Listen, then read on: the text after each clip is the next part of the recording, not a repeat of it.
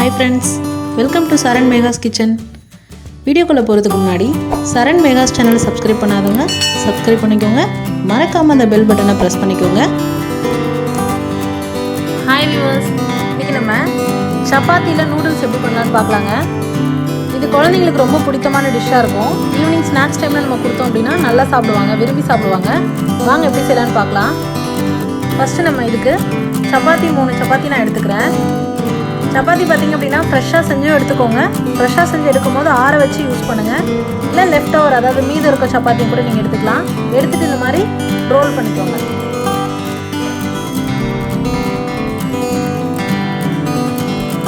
Role பண்ணிவிட்டு தின்னாக அப்படியே ஸ்லைஸ் பண்ணிக்கோங்க. உங்களுக்கு வந்து இந்த ஸ்ட்ரிப்ஸ் வந்து ரொம்ப லென்த்தியாக வேணும் அப்படின்னா நீங்கள் சப்பாத்தி நல்லா எந்த அளவுக்கு பெருசாக இருக்கோ அந்தளவுக்கு உங்களுக்கு ஸ்ட்ரிப்ஸ் வந்து லென்த்தியாக வரும். உங்களுக்கு இந்த மாதிரி எல்லாம் கட் பண்ணிவிட்டு இந்த மாதிரி உதிர்த்துட்டுக்கோங்க.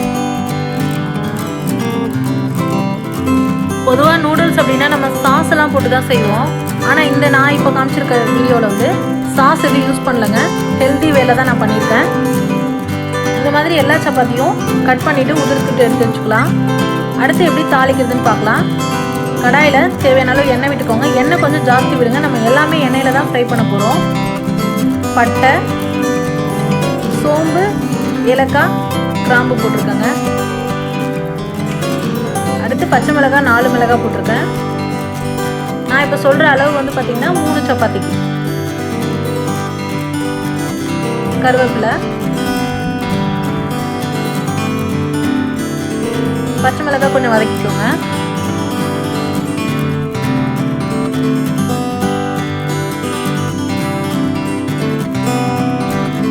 ஒரு வெங்காயங்க, நல்ல பெரிய சைஸ் வெங்காயம் எடுத்து கட் பண்ணி போட்டிருக்கேன்.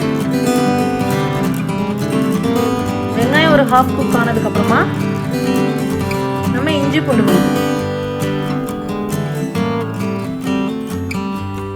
இஞ்சி பூண்டு விழுது எப்போவுமே ஃப்ரிட்ஜில் ஸ்டோர் பண்ணி வைக்காமல் ஃப்ரெஷ்ஷாக யூஸ் பண்ணிங்க அப்படின்னா வாசனையும் நல்லாயிருக்கும், உங்களுக்கு ஹெல்த்தியாகவும் இருக்கும். இஞ்சி பூண்டு விழுது வணங்கினதுக்கப்புறமா தக்காளி, ஒரு தக்காளிங்க, பெரிய சைஸ் தக்காளி 1 கட் பண்ணி போட்டிருக்கேன்.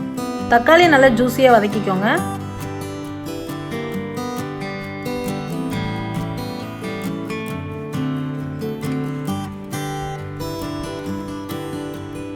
தேவையான அளவு உப்பு போட்டுக்கோங்க. உப்பு போட்டிங்க அப்படின்னா தக்காளி சீக்கிரம் குக் ஆகிடும் உங்களுக்கு.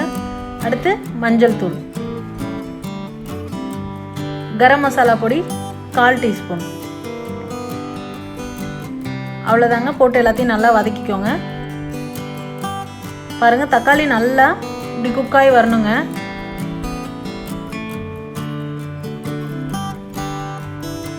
அதுக்கப்புறமா நம்ம கட் பண்ணி வச்சிருக்க சப்பாத்தியை அதில் சேர்த்துக்க போகிறோம்.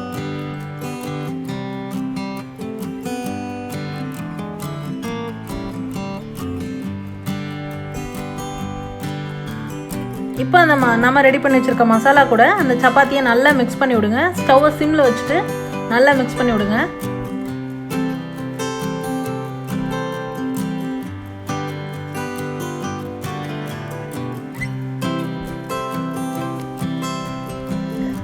நீங்கள் கிளறும் போதே உங்களுக்கு அந்த ஃப்ளேவர் வந்து சூப்பராக இருக்குங்க. குழந்தைங்க நல்லா விரும்பி சாப்பிடுவாங்க. பெரியவங்களுக்கு இது பிடித்தமான உணவாக இருக்கும். ஒரு டிஃப்ரெண்ட் ரெசிபி, கண்டிப்பாக ட்ரை பண்ணி பாருங்கள் ஃப்ரெண்ட்ஸ்.